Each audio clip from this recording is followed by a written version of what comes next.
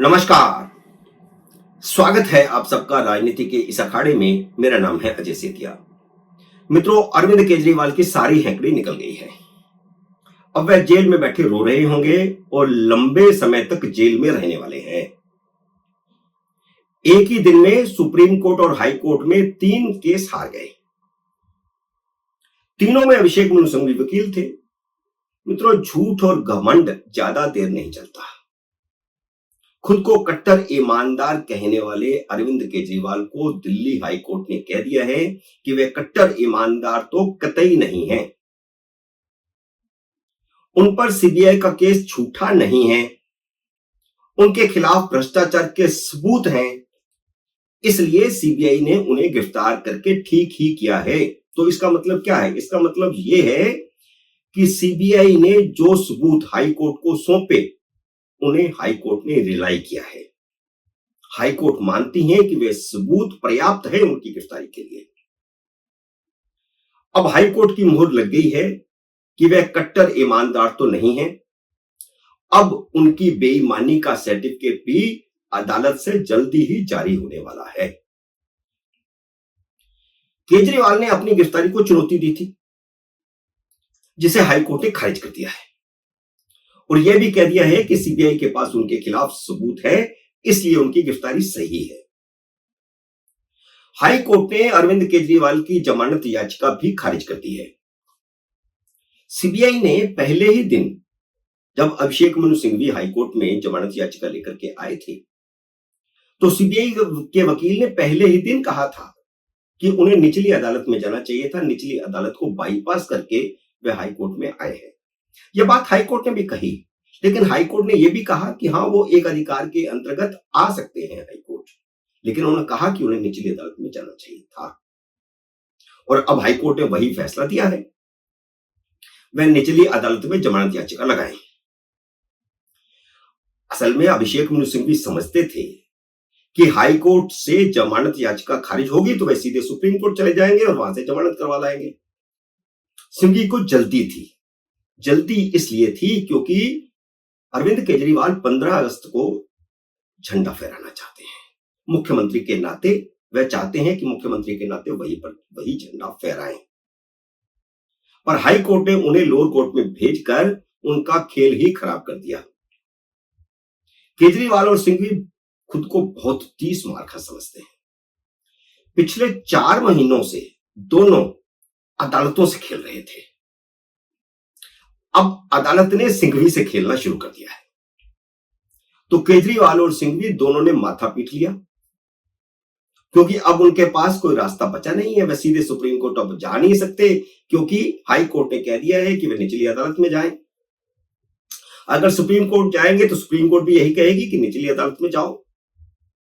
तो तय हो गया है कि केजरीवाल 15 अगस्त को झंडा नहीं फहरा सकते। अब यह उन्हें तय करना है कि झंडा कौन फहराएगा। अगर वह इस्तीफा देकर के अपनी पत्नी को तुरंत मुख्यमंत्री पद की शपथ दिलाते हैं तो वह झंडा फहरा सकती है, वरना तो वह मुख्यमंत्री के नाते झंडा नहीं फहरा सकती। या फिर उन्हें आतिशी मार्लेना या सौरभ भारद्वाज या किसी को भी अपॉइंट करना होगा कि मुख्यमंत्री की तरफ से वह झंडा फहराएंगे। या फिर उनके पास एक रास्ता बचता है। जरूर सिंघवी भी इसी रास्ते पर सोच रहे होंगे। जैसे चुनाव प्रचार के लिए अंतरिम जमानत मिली थी, वैसे ही झंडा फहराने के लिए अंतरिम जमानत की याचिका लगा दें।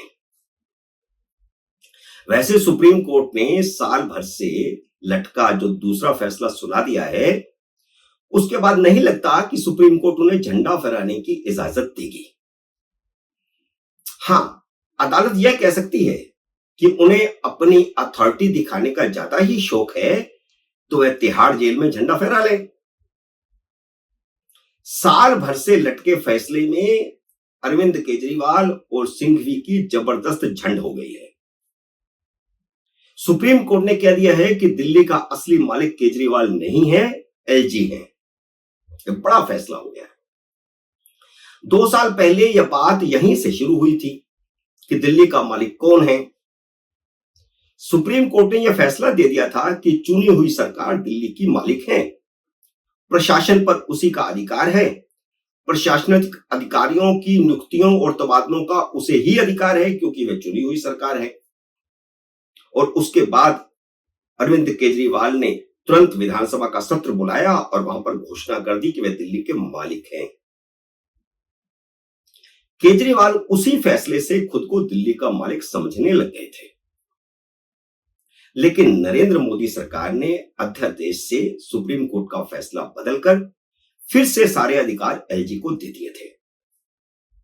इस पर बहुत बड़ा वावेला मचा, धरने प्रदर्शन हुए और इसी मुद्दे पर भी विपक्ष इकट्ठा हुआ।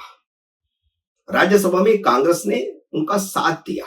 कुछ दिनों की चुप्पी के बाद कांग्रेस से यह फैसला कर पाई थी, क्योंकि कांग्रेस के भीतर बहुत विरोध था इस बात का कि कांग्रेस इसका समर्थन करे।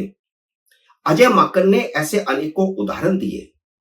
इंदिरा गांधी का उदाहरण दिया, मोरारजी देसाई का उदाहरण दिया, चरण सिंह का उदाहरण दिया, नरसिम्हा राव का उदाहरण दिया, राजीव गांधी का उदाहरण दिया कि दिल्ली पूर्ण राज्य नहीं है। यहां के प्रशासनिक अधिकारियों के ट्रांसफर पोस्टिंग का अधिकार केंद्र सरकार को हमेशा से रहा है, शीला दीक्षित के समय भी रहा है। लेकिन कांग्रेस ने इस मुद्दे पर आम आदमी पार्टी का साथ दिया। इसके बावजूद बिल तो पास हो गया। हालांकि अध्यादेश को चुनौती का केस अभी भी चल रहा है। संसद से बिल पास होकर के वह कानून बन चुका है, लेकिन अध्यादेश को चुनौती का बिल अभी उसका चुनौती जो है सुप्रीम कोर्ट में अभी भी केजरीवाल की याचिका की चल रही है। उस पर अभी फैसला आना बाकी है और उसका फैसला आ जाएगा तो फिर उसके बाद कानून को चुनौती देंगे। इसलिए स्टेप बाय स्टेप चलने की उनकी रणनीति है। लेकिन इसी से जुड़े एक और मामले में सुप्रीम कोर्ट ने सोमवार को फैसला देकर के इंडिकेट कर दिया है कि केजरीवाल वह केस भी हारेंगे। असल में एमसीडी चुनावों के बाद एलजी ने 10 एल्डरमैन नियुक्त किए थे। एमसीडी में 10 एल्डरमैन नियुक्त किए जाते हैं जिन्हें वोटिंग का राइट भी होता है। अरविंद केजरीवाल ने कहा कि एलजी अपने आप एल्डरमैन नियुक्त नहीं कर सकते।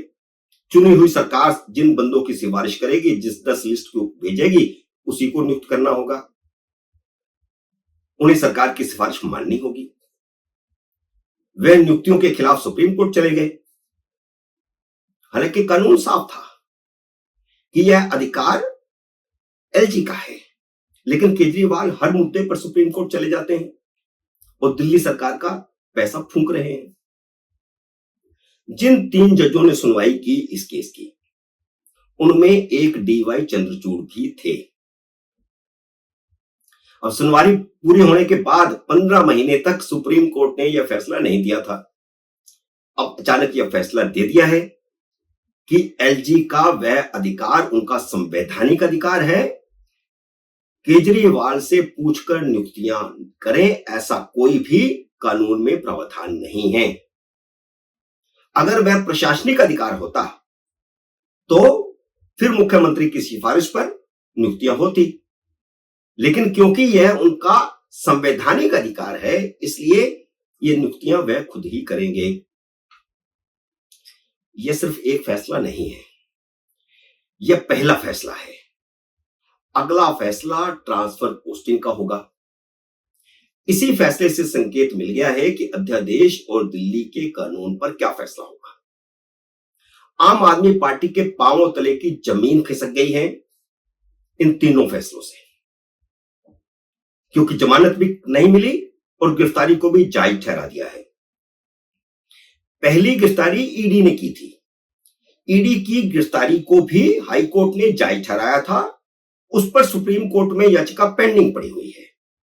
अब सीबीआई की गिरफ्तारी को भी हाई कोर्ट ने जायज ठहरा दिया है। इस मामले में वे सुप्रीम कोर्ट जाएंगे, वो अलग बात है। तो दोनों याचिकाएं उनकी हो जाएगी सुप्रीम कोर्ट में, गिरफ्तारी की चुनौती वाली।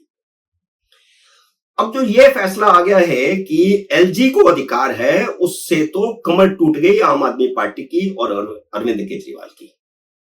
और जो संजय सिंह कुछ दिन पहले सुप्रीम कोर्ट के फैसले को सत्यमेव जयते कहते नहीं थकते थे, अब उन्हीं संजय सिंह को सुप्रीम कोर्ट का फैसला लोकतंत्र की हार लगने लगा है। इनकी मानसिकता यह है कि जीत जाए तो सत्यमेव जयते और हार जाए तो संविधान और लोकतंत्र हार गया। फैसला इनके पक्ष में आना चाहिए, इनके खिलाफ नहीं आना चाहिए। तभी तो सुप्रीम कोर्ट निष्पक्ष है, नहीं तो सुप्रीम कोर्ट बिकी हुई है। वैसे अरविंद केजरीवाल ने केंद्र सरकार के खिलाफ जितने भी मुकदमे दायर करके दिल्ली की जनता का पैसा बर्बाद किया है, वह सब आम आदमी पार्टी से वसूला जाना चाहिए। तब इन्हें पता चलेगा कि लोकतंत्र क्या होता है। मित्रों, उम्मीद है मेरा यह वीडियो आपको पसंद आया होगा। इसे लाइक और शेयर कीजिए। अगर आपने मेरे YouTube चैनल को अब तक सब्सक्राइब नहीं किया तो कृपया सब्सक्राइब करके अपना आशीर्वाद दीजिए। जल्दी मिलते हैं अगली वीडियो में किसी अन्य विषय के साथ। तब तक नमस्कार।